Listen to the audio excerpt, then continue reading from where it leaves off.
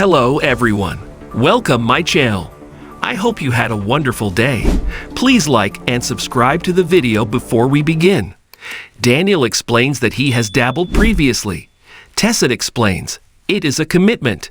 She confesses that while it may help him shut out the chaos in his thoughts, the instrument has the potential to destroy his heart.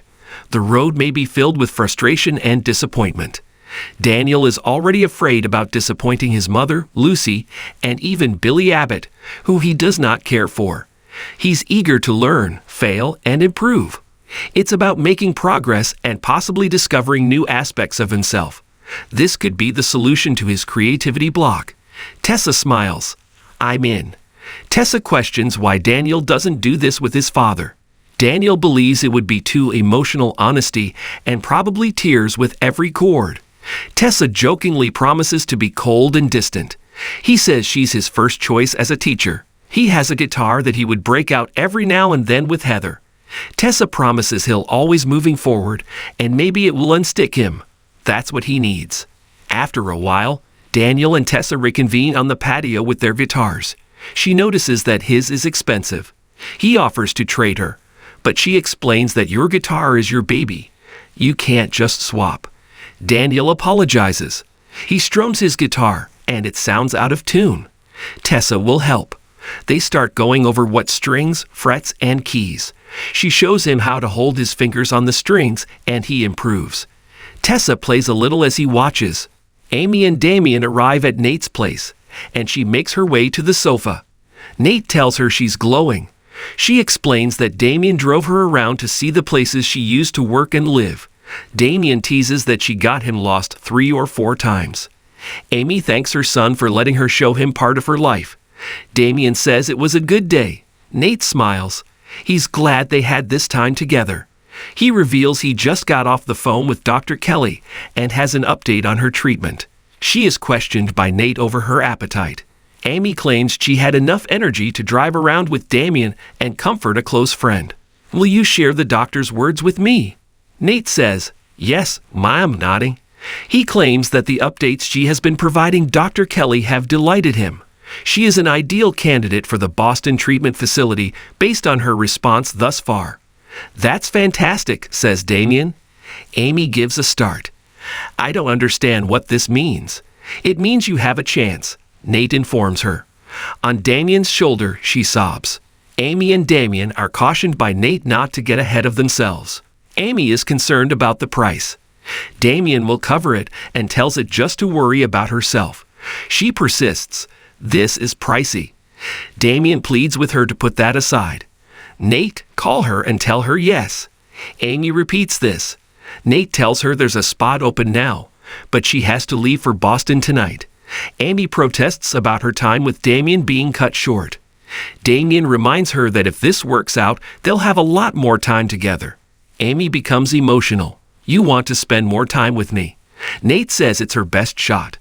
Amy cries about being away from both of them. And her sweet Audra. At the club, Sally tells Audra about Phyllis hammering away at Billy and snarking at her. She complains that Billy's tying himself in knots to excuse her behavior and Phyllis is exploiting his sympathy for her own gain. Audra hears her and is on her side, but she's also wondering what about Phyllis threatens her so much. Sally protests. She's not threatened by Phyllis, just annoyed. Audra points out she's been through some dark stuff lately. Sally knows. She should be at a yoga retreat. Billy thinks Abbott Communications need her, but they don't. He doesn't. She's annoyed and nervous. Audra asks, but not threatened.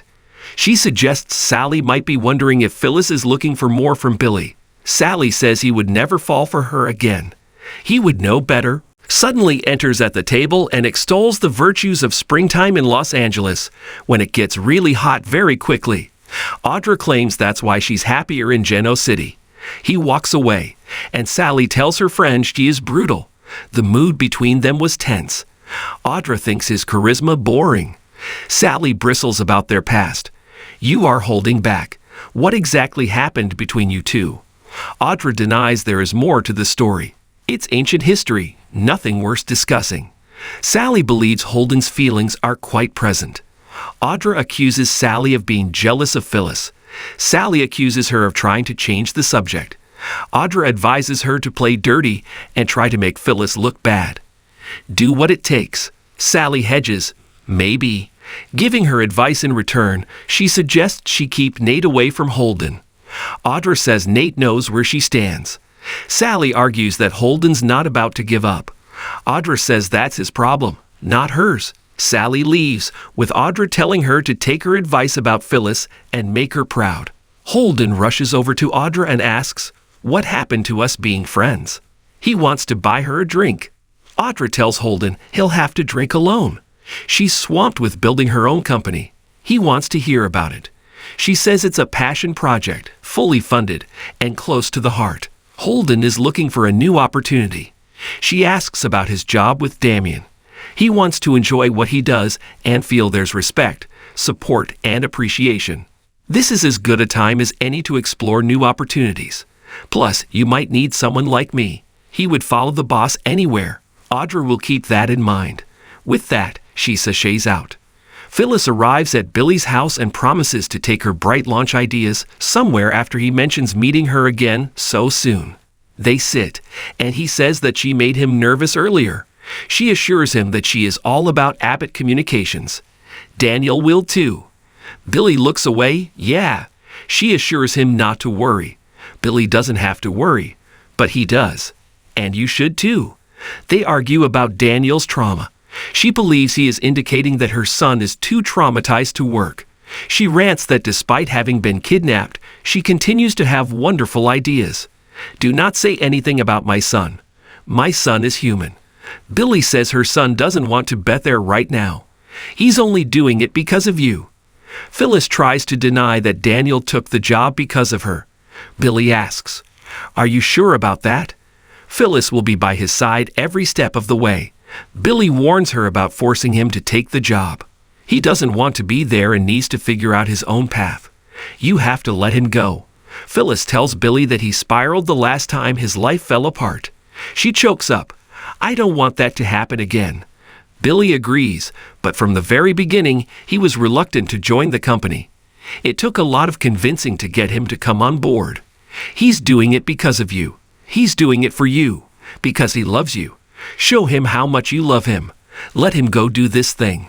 Billy repeats to Phyllis that she needs to let this thing with Daniel go. Phyllis asks, "What if I say no?" Billy says he'll wish her well. She fumes. "You're making me choose between my job and my son." Billy says Daniel's heart isn't in it. She needs to accept that, and she'll be better off too. Sally comes in and learns that Billy's making it clear that she has to let go of the idea of Daniel joining their company, or we'll have to go our separate ways. Billy tells Phyllis that he wants to work with her, but if she keeps trying to convince Daniel to join the team, she'll become a liability. Her head won't be in the game. Phyllis declares that this is ridiculous. She'll have to rethink this partnership. Billy suggests she do that. He wants her on his team, but only on his terms. Phyllis exits. Sally asks, "What on earth did I just walk in on?" At Nate's place, Nate and Damien continue trying to convince Amy to leave for the treatment center in Boston. They'll visit her and blow up her phone. So will Audra. Nate asks if she'll go. Amy will go pack. Damien says he'll charter a flight. They'll go in comfort. He isn't about to fly coach. Amy grins. "You're coming with me?" Damien confirms it. Nate asks if they have room for one more. Amy cries that she and her son are getting back something they lost a long time ago. Damien says they're getting there. "I need you to beat this thing, so we can have time to make that happen." Nate says, "That's the plan." Thank you for watching the video. Please continue to follow and subscribe to my USR Media channel.